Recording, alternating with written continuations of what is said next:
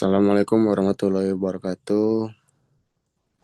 Kami dari kelompok 2 ingin mempresentasikan hasil diskusi kami dalam mata kuliah perencanaan eksperimen, analisa problem 7.4, 7.5, dan 7.6.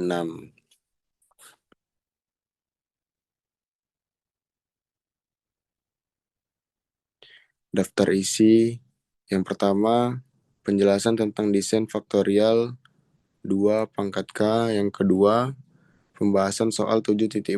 Yang ketiga, pembahasan soal 7.5. Yang keempat, pembahasan soal 7.6. Dan yang kelima, kesimpulan dan rekomendasi.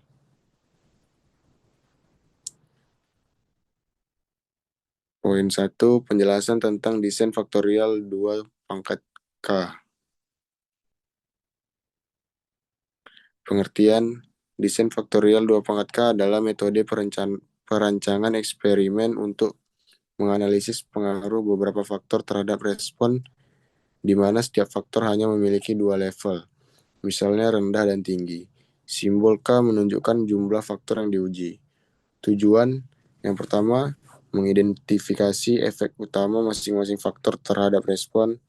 Yang kedua, menilai interaksi antar faktor untuk melihat bagaimana kombinasi faktor memengaruhi respon.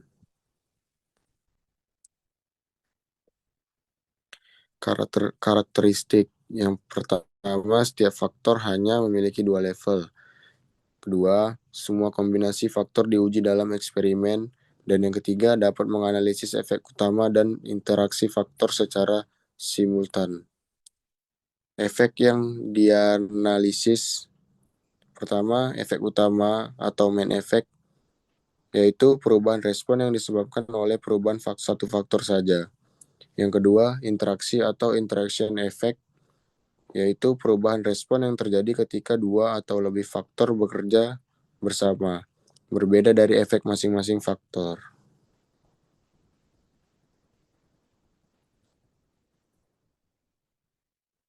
Kelebihannya, yang pertama, menyediakan informasi lengkap tentang hubungan antara faktor dan respon. Yang kedua, efisien untuk eksperimen dengan banyak faktor dibandingkan percobaan satu faktor pada satu waktu. Dan yang ketiga, membantu dalam optimasi proses, pengembangan produk, dan penelitian ilmiah. Keterbatasannya, yang pertama, jumlah percobaan meningkat eksponensial dengan bertambahnya faktor. Yang kedua, membutuhkan lebih banyak sumber daya, waktu, dan biaya jika faktor banyak. Kedua, pembahasan soal 7.4. Soal 7.4. Pertimbangkan data dari replicet pertama pada soal 6.5. Misalkan pengamatan ini tidak dapat dijalankan menggunakan bar stok atau bahan batang yang sama. Atur suatu rancangan untuk menjalankan pengamatan ini dalam 2 blok yang masing-masing berisi 4 pengamatan. Dengan efek interaksi ABC, dikonfrontasikan dengan blok, kemudian analisis datanya. Langkah-langkah penyelesaian. Yang pertama, input data. Yang kedua, klik start, lalu ANOVA, lalu general linear model, respon Y, faktor, treatment, blok, lalu OK. Yang ketiga, uji residual, start, regression, lalu fit regression model, lalu respon Y, prediction, treatment, blok, lalu OK. Yang keempat, lalu klik graphs, lalu residual plots, lalu 4-in-1, lalu OK. Selanjutnya kita masuk ke model regresi. Model regresi mencantumkan seluruh efek pada desain faktorial 2 pangkat 3 beserta kombinasi treatmentnya. Koefisien yang bernilai negatif menunjukkan bahwa perlakuan tersebut menurunkan respon atau umur alat. Sementara koefisien positif menunjukkan peningkatan respon. Koefisien terbesar adalah secara absolut adalah yang pertama ABC sama dengan min 20. Kedua, ABD sama dengan min 17,5.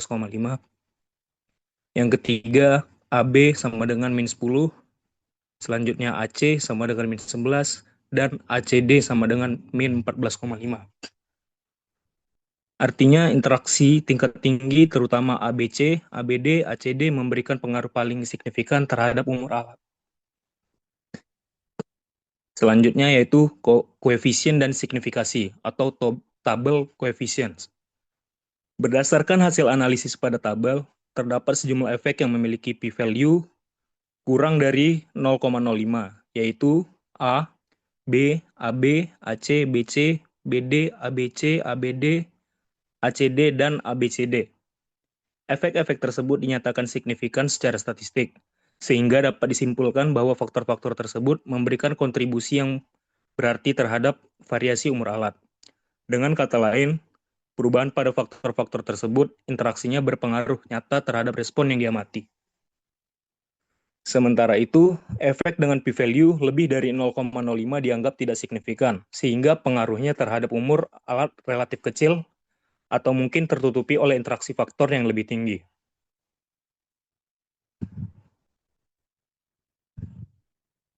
Selanjutnya, C, model summary-nya, nilai R pangkat 2 sebesar 92,47% menunjukkan bahwa model regresi mampu menjelaskan lebih dari 92% variasi yang terjadi pada data umur alat. Sementara itu, R pangkat 2 ADJ sebesar 85,42 tetap berada pada kisaran yang tinggi, sehingga mengindikasikan bahwa model tidak mengalami overthink, meskipun mempertimbangkan jumlah prediktor yang digunakan. Secara keseluruhan, kedua nilai ini menunjukkan bahwa model yang dibangun memiliki kemampuan yang sangat baik dalam menjelaskan hubungan dengan umur alat.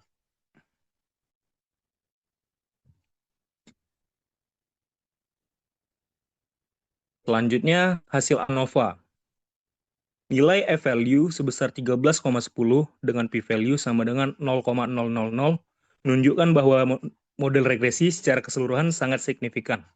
Artinya, kombinasi faktor atau perlakuan yang digunakan dalam percobaan memberikan pengaruh nyata terhadap umur alat.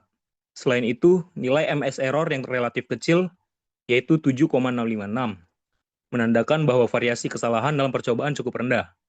Hal ini menunjukkan bahwa proses percobaan berlangsung stabil dan hasil replikasinya konsisten, sehingga kesimpulan yang dihasilkan dari model dapat dianggap andal.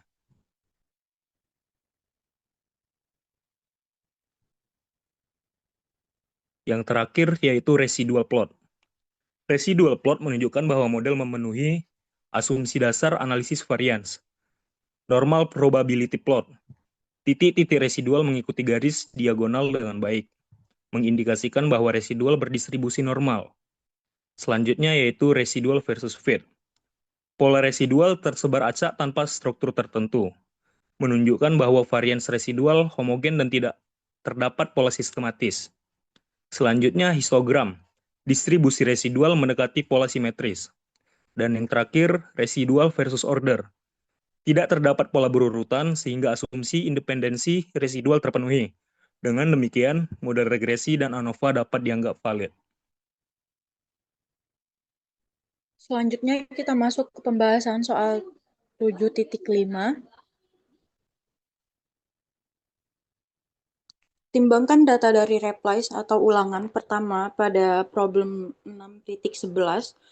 Buatlah desain eksperimen dengan 2 blok, masing-masing 8 observasi dengan faktor ABCD, saling confounded, tidak bisa dipisah pengaruh utamanya. Kemudian analisis datanya seperti yang tertera.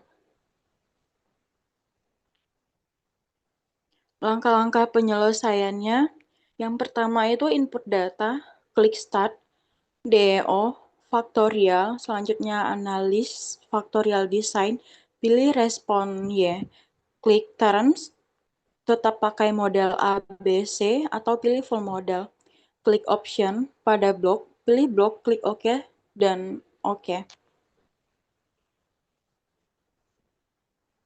Hasil ANOVA-nya, tabel ANOVA menunjukkan bahwa model signifikan ditandai dengan nilai ADJMS yang tinggi.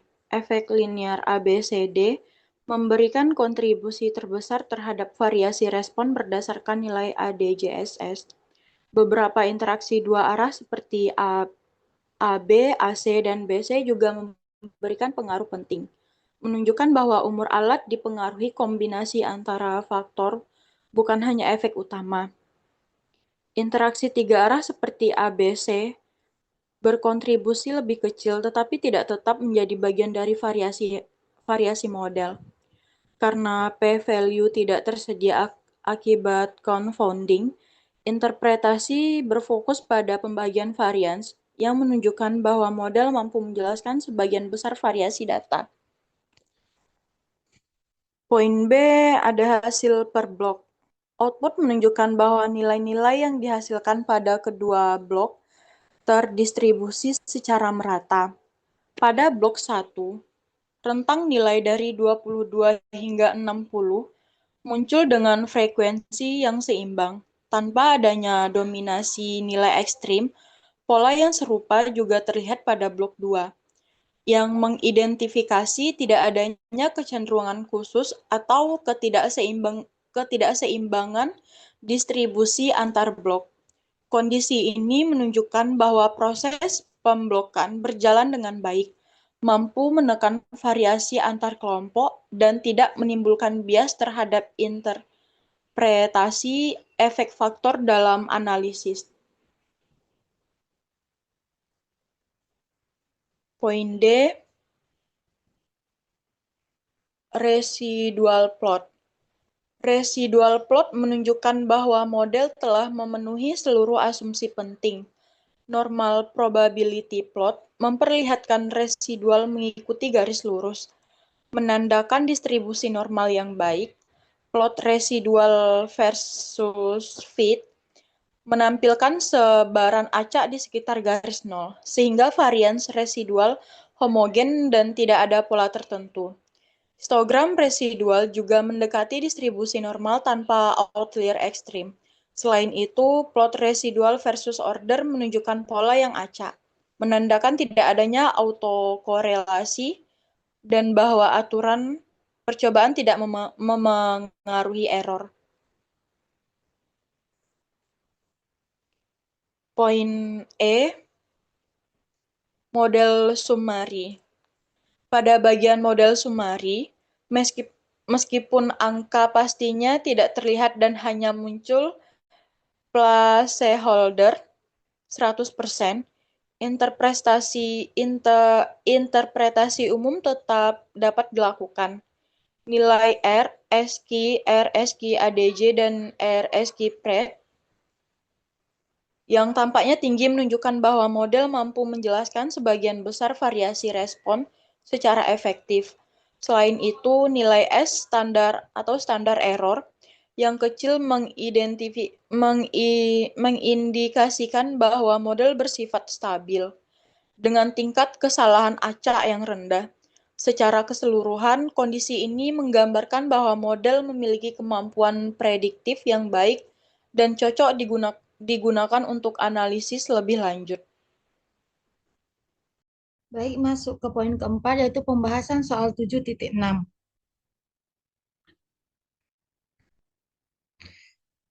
Soalnya yaitu ulangi problem 7.5 dengan asumsi bahwa diperlukan 4 blok. Konfundkan ABD dan ABC dan akibatkan CD dengan blok datanya sebagai berikut. Untuk langkah-langkah penyelesaiannya yaitu yang pertama input data, lalu klik start, ANOVA, lalu general linear model, lalu fit general linear model dengan respon Y dan faktor blok A, B, C, D. Lalu klik graph, lalu residual plot, dan kemudian pilih 4 in 1. Lalu klik OK, dan OK lagi. Hasil ANOVA-nya yaitu menunjukkan bahwa blok memiliki F sama dengan 2,25 dengan p-value 0,106, sehingga tidak signifikan pada taraf 5%. Meskipun masih memberikan sedikit kontribusi dalam mengurangi variasi, faktor A terbukti signifikan. F sama dengan 15,25 dan P sama dengan 0,005 dan menjadi faktor utama yang memengaruhi respon. Sementara itu, faktor B, p-value-nya adalah 0,777 dan faktor C, p-value-nya 0,692. Tidak menunjukkan pengaruh signifikan. Nilai error yang kecil menandakan bahwa model mampu menggambarkan data dengan baik. Sehingga secara keseluruhan, variasi respon terutama dipengaruhi oleh faktor A dan sebagian kecil oleh blok, sedangkan faktor lainnya tidak mengaruhi kontribusi berarti. Interpretasi tabel atau reservoir blok. Struktur blok konsisten, setiap blok berisi 4 kombinasi perlakuan tanpa kelebihan atau kekurangan run. Kombinasi treatment dalam blok unik dan sesuai aturan confounding tanpa duplikasi. Pola treatment mengikuti teori aliasing sehingga efek blok dapat dipisahkan dari efek utama. Distribusi nilai respon antara blok stabil tanpa nilai ekstrem atau outlier. Hasil sejalan dengan ANOVA, blok hampir signifikan tetapi tidak menambah variasi berlebihan. Secara keseluruhan, pemblokan efektif dalam mengurangi variasi tanpa menimbulkan bias baru. Residual plot menunjukkan bahwa model telah memenuhi seluruh asumsi utama. Pada normal probabilitas plot, residual mengikuti garis lurus sehingga memenuhi asumsi normalitas. Grafik residual versus fit menampilkan sebaran acak di sekitar garis 0, menandakan variasi residual homogen tanpa pola tertentu. Histogram residual juga tampak mendekati distribusi normal dan tidak menunjukkan outlier ekstrem. Selain itu, grafik residual versus order memperlihatkan pola yang acak, sehingga tidak ada indikasi autokorelasi. Secara keseluruhan, residual memenuhi asumsi normalitas, homogen, variasi, dan independensi error. Masuk yang ke D, model summary. Model summary menunjukkan bahwa nilai S sebesar 5.12098 menandakan kesalahan acak model masih dalam batas wajar. Nilai R, SQ sebesar 78,14% menunjukkan model mampu menjelaskan sebagian besar variasi respon. Namun penurunan besar pada R, SQ menjadi 59,1%, indikasikan bahwa tidak semua faktor memberikan kontribusi yang berarti. Sementara itu, nilai RSQ yang sangat rendah, 17,90%, menunjukkan kemampuan prediksi model kurang baik, kemungkinan akibat adanya faktor yang tidak signifikan atau pengaruh confounding dalam data. Secara keseluruhan, model cukup baik dalam menjelaskan data, tetapi kurang andal untuk prediksi. Masuk ke kesimpulan dan rekomendasi. Untuk kesimpulannya, teknik blocking terbukti efektif dalam mengurangi variasi yang tidak diinginkan serta meningkatkan stabilitas proses percobaan. Namun, penggunaan metode confounding memerlukan kehati-hatian karena meskipun dapat meningkatkan efisien desain, interpretasi hasil menjadi lebih menantang, khususnya ketika uji signifikan tidak dapat dilakukan secara langsung seperti pada soal 7.5. Pada desain faktorial sederhana seperti 2/3, sebagian besar faktor dan interaksi menunjukkan pengaruh yang signifikan terhadap respon. Sebaliknya, pada desain yang lebih kompleks seperti 2/4, tidak semua faktor signifikan dengan faktor A sebagai faktor dominan pada soal 7.6. Secara keseluruhan, kualitas dan keandalan interpretasi sangat ditentukan oleh keseimbangan antara signifikan faktor, struktur aliasing atau confounding, serta kecocokan model berdasarkan nilai-nilai statistik yang tersedia. Lanjut ke rekomendasi. Rekomendasi yang pertama, fokus pada kombinasi optimal. Gunakan kombinasi level faktor yang menghasilkan umur ala tertinggi, terutama kombinasi level rendah, karena banyak efek yang bernilai negatif. Yang kedua, validasi interaksi order tinggi. Verifikasi kembali efek seperti ABC untuk memastikan apakah pengaruh besar tersebut nyata atau akibat aliasing dari desain confounding. Yang ketiga, ada optimasi desain eksperimen. Sederhana model dengan menghilangkan faktor yang tidak signifikan dan pertimbangan penggunaan desain fraksional faktorial untuk efisiensi waktu serta sumber daya. Yang keempat, pertahankan teknik blocking. Lanjutkan penggunaan blocking karena terbukti efektif dalam mengontrol variasi lingkungan dan meningkatkan reliabilitas hasil. Demikian presentasi dari kami. Mohon maaf atas segala kekurangan dan kesalahan dalam penyampaian. Terima kasih atas perhatian dan kesempatannya. Wassalamualaikum warahmatullahi wabarakatuh.